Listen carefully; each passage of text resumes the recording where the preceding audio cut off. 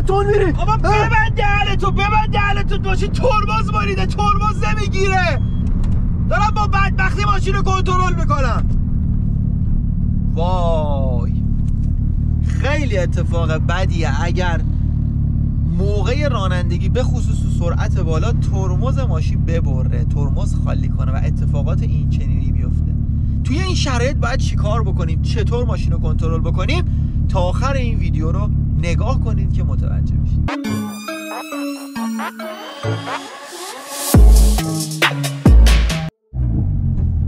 ممکنه زمانی که در حال رانندگی هستی و نیاز به ترمز داری پاتو روی پدال ترمز بذاری و ببینی که ریاکشنی نشون نمیده و در واقع از کاهش سرعت خبری نیست. توی این شرایط چیکار باید بکنید؟ ببینید دوستان، باز هم تاکید میکنم این که اعتماد به نفس داشته باشید، خونسردی خودتون رو حفظ بکنید اولین نکته است. یعنی این کمکتون میکنه. دقت بیشتری رو میطلبه. این که فرمان ماشین رو دو دستی گرفته باشید، نگاه خیلی بهتری به اطرافتون داشته باشید که ببینید چه خبره و اگر فرصتی وجود داره برای کاهش سرعت از دنده معکوس استفاده کنید.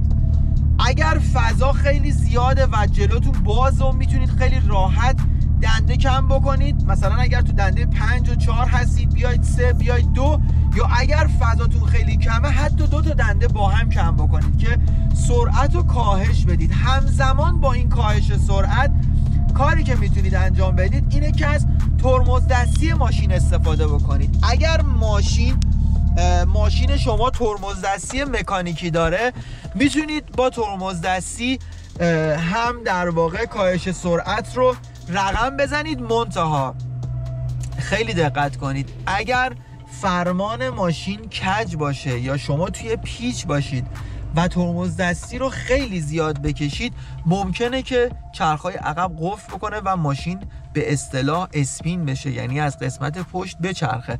پس به این نکات دقت بکنید.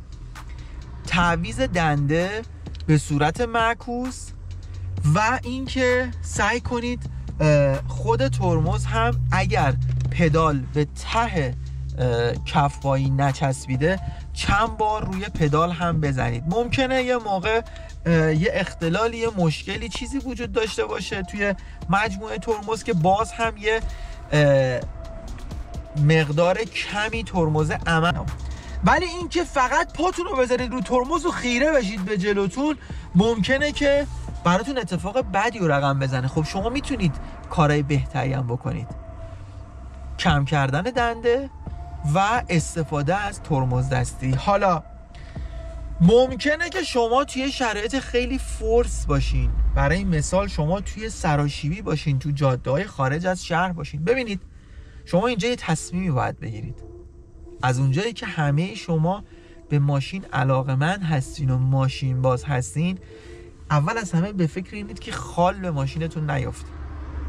ولی باید اینو فراموش کنید. یا باید جان خودتون و سرنشینای ماشین رو نجات بدین یا اینکه دلتون به حال ماشینتون بسوزه. به نظر من اولویت روی موضوع اوله. پس اگر توی جاده بزرگراه جایی هستید که گاردریل داره، توی این شرایط خودتون رو به گاردریل نزدیک کنید. ببینید این اگر گاردریله اینجوری نه دق بزنید بهش، خودتون رو رفته رفته نزدیک کنید. بعد با فرمان هر چند ثانیه یه بار ماشین رو بمالید به گاردریل، رها کنید، هی بمالید رها کنید که ماشین سرعتش گرفته و بشه و بتونید کنترلش بکنید. اگر هم این اتفاق روی دیواری چیزی وجود داره تو اون مسیری که شما دارید میرید، این کار رو انجام بدید.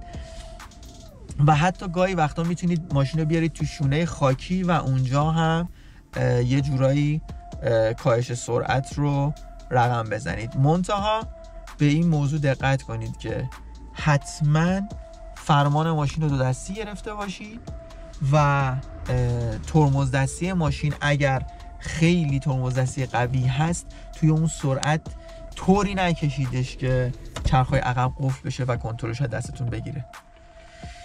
این راههایی هستش که میتونید ماشینتون رو کنترل بکنید و سرعت رو کاهش بدید و به سرعت خیلی پایینی برسید که نهایتاً هم اگر به جای برخورد کردین خیلی اتفاقات بد و عجیب غریبی برای خودتون و ماشین نیفته.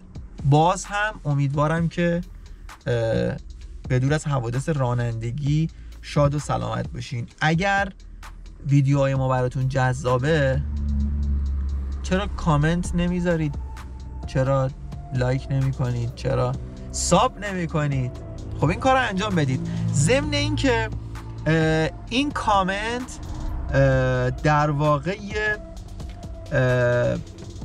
پل ارتباطی بین چنل ما، بین من و شماست. شما میتونید در صورتی که تمایل دارین ویدیو خاصی براتون ساخته بشه نخند باشه، ایشونم چنل رو چک میکنن، الان دارن تصویر برداری میکنن ولی چنل رو چک میکنن، جواب شما رو میدن و خیلی سلام بکن. سلام. همین سلام، خیلی مخلصیم، ارادت فل.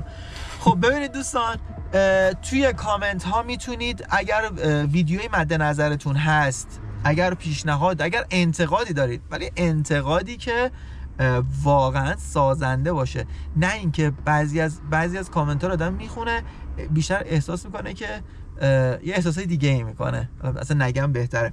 توی کامنت میتونید برای ما در واقع یه جورایی سلیقه خودتون رو به نمایش بذارید که ما بدونیم چه ویدیویی دوست دارید اونا رو براتون بسازیم.